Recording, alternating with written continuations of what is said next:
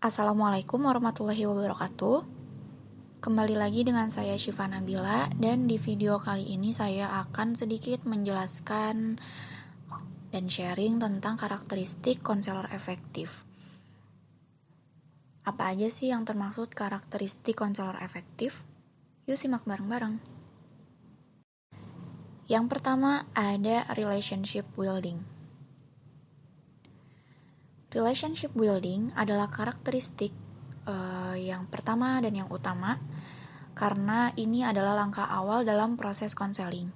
Kemampuan konselor untuk membangun sebuah hubungan yang baik dan harmonis dengan konseli, dan kemampuan konselor juga untuk bekerja sama dengan konseli dan melahirkan sebuah suasana yang kondusif antara kedua belah pihak. Poin ini sangat penting, kenapa? Karena kemampuan konselor yang satu ini akan menjadi titik awal sukses atau tidaknya sebuah proses konseling. Yang kedua ada empati. Ya, empati adalah kemampuan konselor untuk dapat memahami konseli secara mendalam.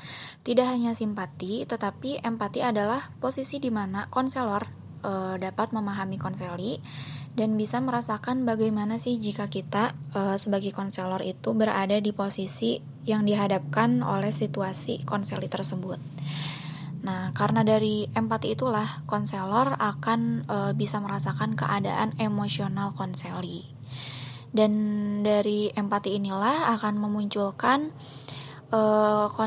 konselor itu bisa memahami tanpa tapi, benar-benar memahami keadaan emosional konseli. Yang ketiga ada genuineness. Genuineness adalah karakteristik konselor berupa sifat keaslian dari seorang konselor, keterampilan yang berupa perilaku dan ungkapan kejujuran mengenai pikiran dan perasaan konselor kepada konseli, tetapi tetap dengan mempertahankan hubungan baik dengan konseli. Konselor harus membangun hubungan yang asli dan objektif, kemudian memiliki sikap realistis, kemudian menghindari perasaan tidak enakan kepada konseli, karena bagaimanapun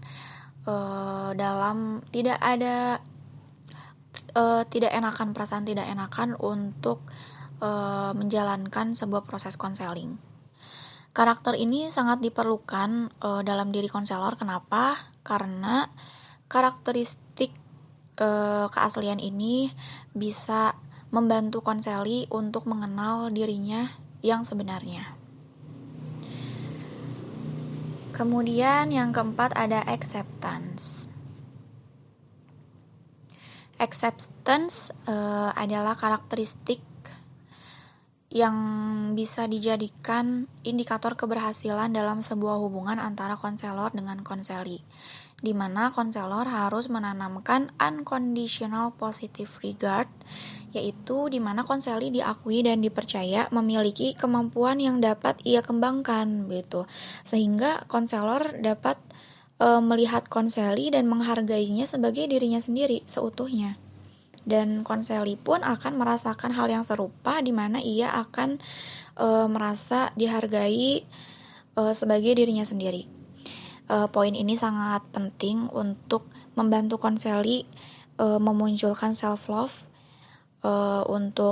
dan tidak selalu menyalahkan dirinya saat ia gagal. Yang kelima ada cognitive complexity. Karakteristik ini adalah kemampuan konselor untuk berpikir kompleks, mengeluarkan kemampuan critical thinking, memiliki banyak alternatif dalam pemecahan masalah. Dan tentunya untuk memenuhi karakteristik ini, konselor dituntut untuk haus akan informasi. Agar apa? Agar konselor memiliki wawasan yang luas, dan tentunya konselor pun harus up to date. Dengan adanya kemampuan ini, kognitif kompleks, proses konseling pun akan lebih mudah dijalankan oleh konselor dan bisa berjalan secara efektif, solutif, maksimal, dan juga profesional. Yang keenam ada wellness. Wellness adalah karakteristik konselor yang memiliki mental health atau mental yang sehat. Karena seorang konselor yang sedang melakukan proses konseling harus dalam keadaan sehat secara fisik maupun psikis tentunya. Nah, itulah yang disebut dengan wellness. Tetapi tidak hanya itu saja, konselor pun harus memiliki kemampuan untuk menjadi problem solving bagi dirinya sendiri di saat dirinya sedang dalam keadaan tidak stabil secara emosi atau psikis. Maka untuk mewujudkan karakteristik wellness, konselor terlebih dahulu harus mampu mengkonseling dirinya sendiri begitu. Harus mengetahui treatment apa yang memang cocok untuk dirinya sebelum mengkonseling orang lain. Treatment ini disebut juga sebagai metode coping stress. Yang ketujuh ada competence. Competence adalah karakteristik yang harus dimiliki oleh konselor, di mana konselor harus memiliki potensi yang memadai untuk melakukan proses konseling tentunya, baik dalam skill di lapangan maupun teoritik maupun praktik begitu. Di sini sudah jelas ya, kita semua tahu bahwa seorang konselor itu tidak bisa sembarang orang, tetapi harus memenuhi prasyarat, yaitu minimal telah lulus studi S1, program studi bimbingan dan konseling, di mana telah benar-benar belajar secara teori maupun praktik dalam dunia konseling. Konselor pun dapat menambah kompetensinya dengan mengikuti seminar, pelatihan formal, kemudian seminar yang terkait isu kesehatan mental ataupun terkait dengan wawasan kebekaan, agar konselor benar-benar menjadi pribadi yang kompeten dalam bidang konseling. Dan yang kedelapan adalah cross-cultural sensitivity. Karakteristik ini adalah kepekaan konselor terhadap adanya lintas budaya dalam proses konseling. Karakteristik ini juga sangat perlu. Kenapa? Agar terciptanya kerjasama yang baik yang akan melahirkan keterlibatan maksimal dari pihak konseli. Kemudian untuk menghindari kesalahpahaman konselor terhadap konseli akibat adanya perbedaan yang banyak gitu ya dalam diri konseli, dan untuk menumbuhkan juga proses konseling yang nyaman untuk konseli maupun konselor. Nah, dalam cross-cultural sensitivity ini terdapat 10 poin teman-teman dalam karakteristik ini, yang disingkat menjadi respectful. Yang pertama adalah R untuk religion, di mana konselor harus mampu memahami keberagaman agama dan saling menghormati juga tentunya ya jika berbeda keyakinan dengan konseli. Kemudian yang kedua ada E untuk economic, di mana konselor dapat memahami bagaimana latar belakang ekonomi kehidupan konseli. Yang ketiga S untuk sexual identity, di mana konselor dapat memahami bagaimana menyikapi konseli terkhusus ditinjau dari segi gendernya. Apakah bagaimana treatment untuk perempuan, bagaimana treatment untuk laki-laki, yang pasti akan berbeda dalam untuk diberikan treatmentnya gitu. Jadi harus menyesuaikan dengan gendernya. Yang keempat, P untuk psikologi development, di mana konselor memahami perkembangan psikologis konseli. Kemudian yang kelima, I untuk etnik, di mana konselor memahami etnik, latar belakang, kemudian berasal dari mana konseli tersebut, kemudian bagaimana budaya etnisnya dan lainnya.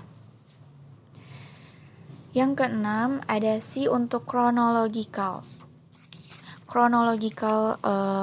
disposition, di mana konselor harus memahami apakah konseli memiliki rekam jejak masalah perkembangan mental atau tidak. Kemudian yang ketujuh adalah T untuk trauma, di mana konselor juga harus aware, memahami apakah konseli itu memiliki trauma tertentu di masa lalu atau tidak.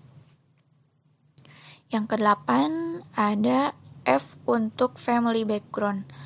Konselor harus paham bagaimana latar belakang, lingkungan, dan kehidupan keluarga konseli.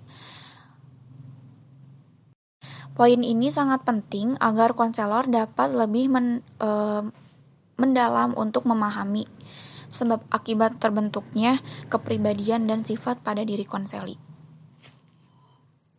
Yang kesembilan ada U untuk unique character, di mana konselor benar-benar memahami apakah konseli memiliki karakter yang khusus atau unik, seperti berkebutuhan khusus dan lainnya. Dan yang ke-10, yang terakhir adalah L untuk location and language, di mana konselor memahami asal-usul konseli, terkhusus dari mana asalnya, domisilinya di mana, kemudian bahasa apa yang ia pakai sehari-hari, dan sebagainya. Dan untuk karakteristik terakhir ini, yaitu cross-cultural sensitivity, amat sangat diperlukan oleh konselor, terkhusus untuk yang dihadapkan dalam kondisi multikultural agar dapat melaksanakan konseling secara fleksibel dalam menghadapi berbagai kemungkinan yang ada. Yap, kita sudah berada di ujung video. Gimana nih teman-teman? Apakah sudah lebih paham mengenai karakteristik konselor efektif? Semoga video ini bisa menambah hazanah keilmuan kita dan menjadi motivasi ke depannya untuk terus belajar. Yuk teman-teman, untuk aku, kamu, dan lainnya, untuk seluruh calon konselor dan konselor yang menyimak video ini, agar terus berusaha dan belajar untuk membentuk 8 karakteristik tersebut dalam diri kita sebagai calon konselor, agar bisa semakin banyak konselor yang efektif, solutif, profesional, dan menebar manfaat untuk masyarakat tentunya. Terutama dalam mencapai tugas utama, yaitu memandirikan individu dalam menjalankan ritme hidup di berbagai aspek kehidupannya, yang akan menghasilkan masyarakat dan kemaslahatan untuk umat.